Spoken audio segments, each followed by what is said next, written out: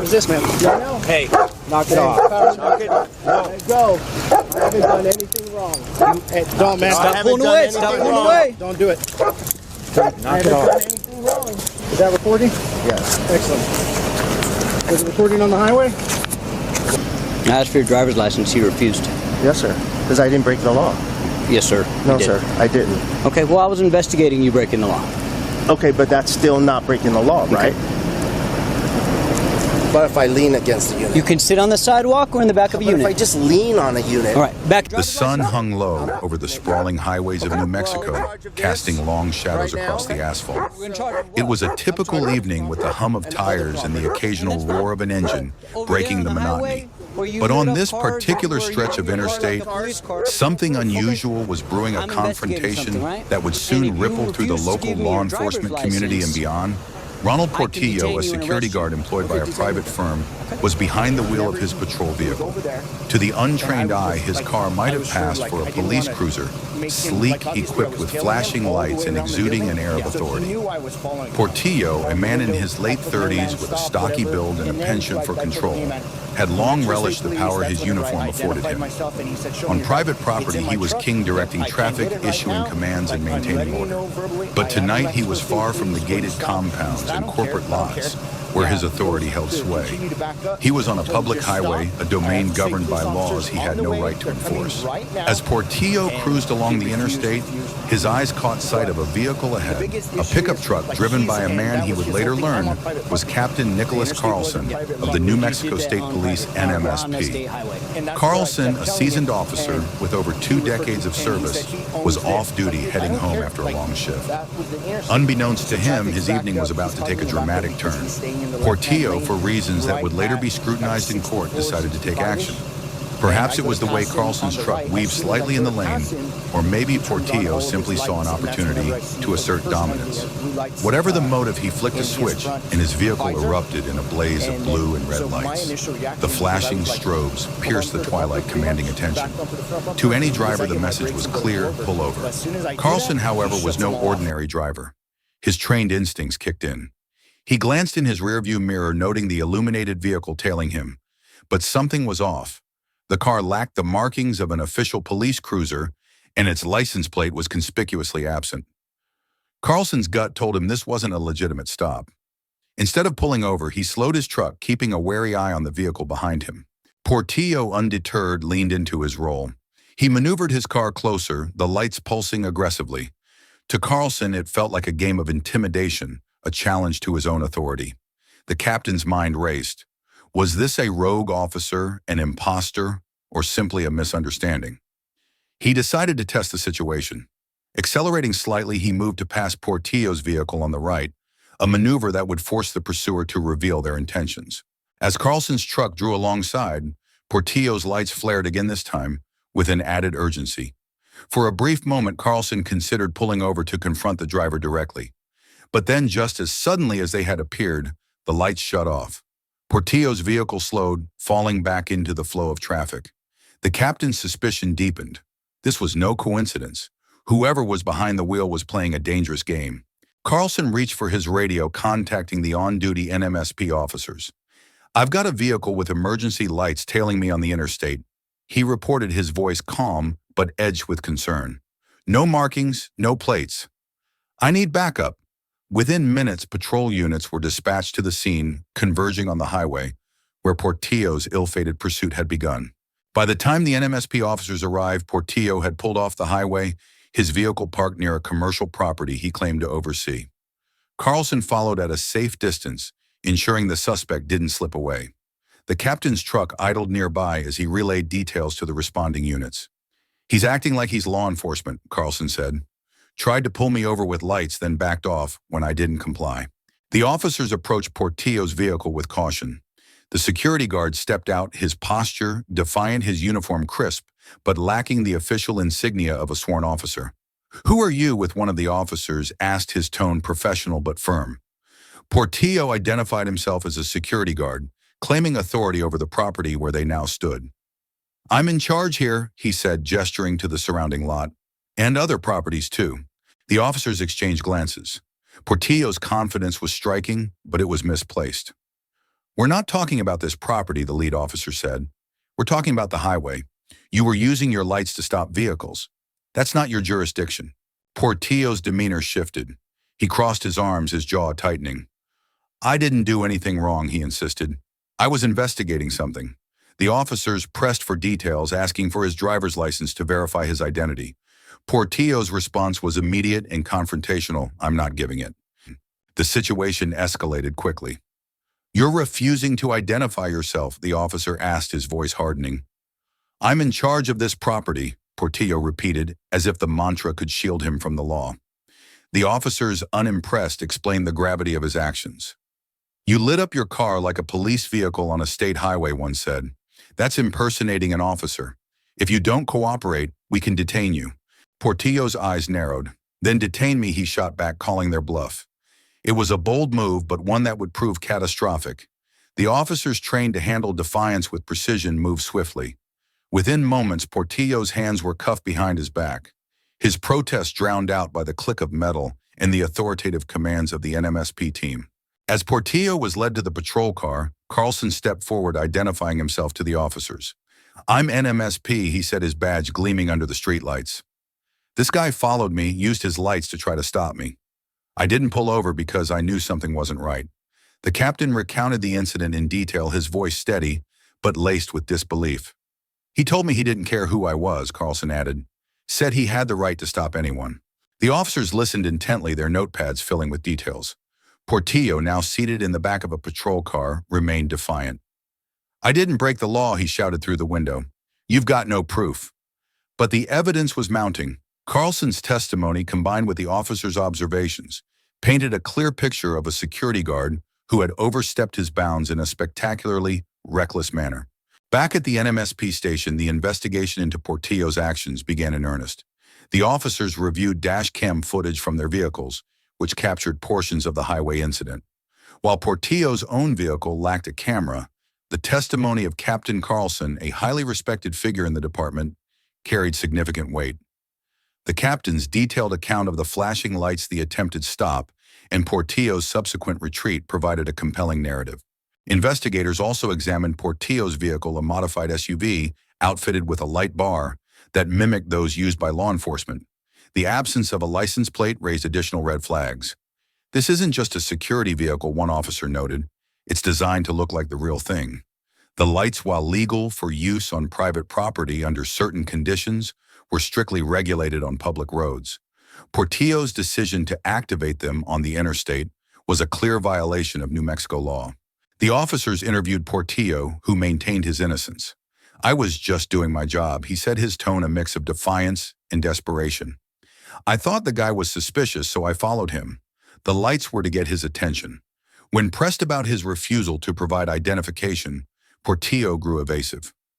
I didn't think I had to, he said. I'm not a criminal. But the officers weren't buying it. Portillo's actions went beyond a simple misunderstanding. By using emergency lights to manipulate traffic and attempt a stop, he had crossed a legal line. His refusal to cooperate only deepened the suspicion that he knew he was in the wrong. You didn't just follow him, an investigator said. You tried to assert authority you don't have. That's not security work, that's impersonation. The charge of impersonating a police officer, though classified as a misdemeanor in New Mexico, carried serious consequences. If convicted, Portillo could face fines, jail time, and the loss of his security license, a death knell for his career. The investigators also considered additional charges such as resisting arrest, but ultimately focused on the impersonation offense, deeming it the most clear-cut violation. Portillo was released on bail pending his court date, but the weight of the charges hung over him like a storm cloud. The local media caught wind of the story, and soon headlines blared, "Security guard arrested for posing as cop on highway." The public reaction was swift and unforgiving. Social media posts decried Portillo's actions, with many questioning how a private security guard could wield such power unchecked. Portillo's attorney, a seasoned public defender named Maria Salazar, took a different tack. My client is not a criminal, she told reporters outside the courthouse. He was performing his duties as he understood them. This is a case of overreach by law enforcement, not wrongdoing by Mr. Portillo. Salazar's strategy was clear: portray Portillo as a hardworking security professional caught in a misunderstanding, not a rogue actor seeking to deceive. In court, Portillo entered a plea of not guilty, setting the stage for a trial that promised to be contentious. The prosecution, led by Assistant District Attorney James Rivera, built its case around Captain Carlson's testimony and the physical evidence from Portillo's vehicle. This isn't about a simple mistake, Rivera argued during the preliminary hearing. Mr. Portillo knowingly used equipment reserved for law enforcement to exert control over a public highway. That's not just illegal, it's dangerous. The defense countered with a narrative of ambiguity. Salazar argued that Portillo's lights were activated inadvertently, perhaps due to a malfunction or a reflexive action during a high-stress situation. There's no evidence my client intended to impersonate an officer, she said. He was monitoring a suspicious vehicle as his job requires. The lights were a tool, not a deception. The judge, a no-nonsense veteran named Clara Martinez, listened carefully, but showed little sympathy for Portillo's position. The law is clear, she said during a pretrial motion. Emergency lights on public roads are the purview of sworn officers, not private security. Mr. Portillo's actions created confusion and risk. While she allowed the case to proceed to trial, her tone suggested a steep uphill battle for the defense. As the trial loomed, the Portillo case sparked broader conversations about the role of private security in modern society. In New Mexico, as in many states, security guards occupy a gray area vested with limited authority, but often equipped with tools that blur the line between civilian and cop. Portillo's arrest raised questions about oversight training and the potential for abuse. Local advocacy groups seized on the case, calling for stricter regulations on private security firms. This isn't an isolated incident, said Elena Torres, a community organizer in Albuquerque. We've heard stories of security guards intimidating residents, acting like they're above the law. Portillo's case is just the tip of the iceberg. Torres and her allies pushed for legislation requiring mandatory training, clearer boundaries on equipment use, and harsher penalties for violations. The New Mexico State Police, meanwhile, used the incident as a teaching moment. Captain Carlson, who had become an unwitting central figure in the saga, spoke at a departmental briefing about the dangers of impersonation. It's not just about one guy with lights, he said. It's about trust. When someone pretends to be one of us, it erodes the public's confidence in what we do.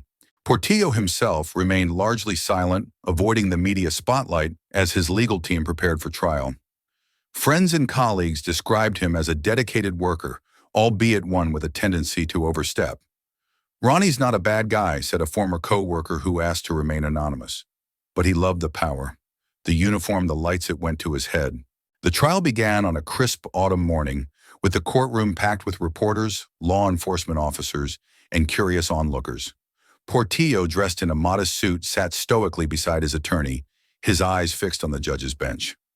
Across the aisle, the prosecution team exuded confidence, their case bolstered by Carlson's unimpeachable credibility and the physical evidence from the scene. Captain Carlson took the stand first, his testimony measured but damning. He described the highway incident in vivid detail, recounting the flashing lights, the attempted stop, and Portillo's defiant attitude. I identified myself as a state police officer, Carlson said. He told me he didn't care. That's not the response of someone acting in good faith. The prosecution also presented the vehicle's light bar, now entered, as evidence demonstrating how its design mimicked official emergency equipment. A forensic technician testified that the lights were fully functional and deliberately activated, undermining the defense's claim of a malfunction. Salazar's cross-examination focused on sowing doubt.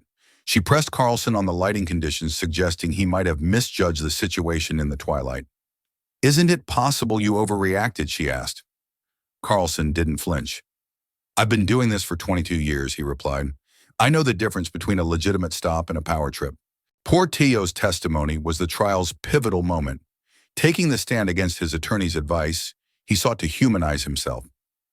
I'm not a cop, and I never claimed to be, he said, his voice trembling slightly. I was just trying to protect the property I'm responsible for. That truck looked suspicious, so I followed it. The lights were a mistake, a reflex. But under cross-examination, his story unraveled. Rivera pounced on inconsistencies, noting that Portillo had never reported a suspicious vehicle to his employer or the police. If you were just doing your job, Rivera asked, why didn't you call for backup instead of playing cop? The jury deliberated for less than a day before returning a verdict guilty of impersonating a police officer. Portillo's face remained impassive as the foreman read the decision, but his shoulders slumped slightly, a rare crack in his defiant facade. Sentencing was scheduled for a later date with the possibility of up to a year in jail and a $1,000 fine. The guilty verdict sent shockwaves through the security industry. Portillo's employer, a mid-sized firm with contracts across New Mexico, issued a statement distancing itself from his actions. Mr. Portillo's conduct was not in line with our policies or training, the company said, announcing an internal review of its practices. Portillo was promptly fired, and his security license was revoked, effectively ending his career in the field. For the community, the case was a wake-up call. Editorials in local papers called for greater accountability, not just for security guards, but for law enforcement as a whole. If a private citizen can cause this much chaos, one columnist wrote, what does it say about the system that allowed it to happen? Portillo, now facing the prospect of incarceration, retreated from public view. His attorney vowed to appeal, citing procedural errors and alleging bias in the prosecution's portrayal of her client. But legal experts were skeptical.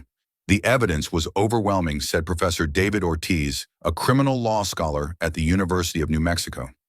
Portillo's actions weren't just a mistake, they were a deliberate attempt to wield power he didn't have. Captain Carlson, meanwhile, returned to his duties with a renewed sense of purpose. The incident, though unsettling, had reinforced his commitment to upholding the law. It's a reminder, he told a colleague, that trust is hard-earned and easily lost. We can't let people like Portillo undermine that. The saga of Ronald Portillo is more than a tale of one man's missteps. It's a cautionary story about the seductive lure of authority and the consequences of overreaching. Portillo, in his quest to command respect, crossed a line that separated duty from delusion.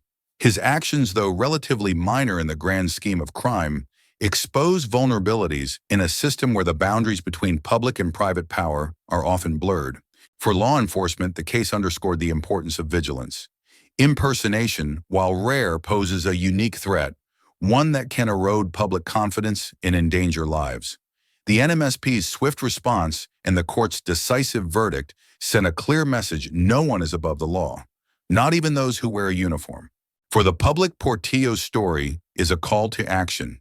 It's a reminder to question authority, to demand transparency, and to hold those in power accountable. Whether it's a security guard with a light bar or a sworn officer with a badge, the principle remains the same: power must be wielded responsibly or it will be taken away. As Portillo awaits his sentencing, his fate serves as a warning to others who might be tempted to blur the line between protector and pretender. In a world where trust is fragile, the consequences of betrayal are severe. And for Ronald Portillo, that lesson came at a cost he never imagined.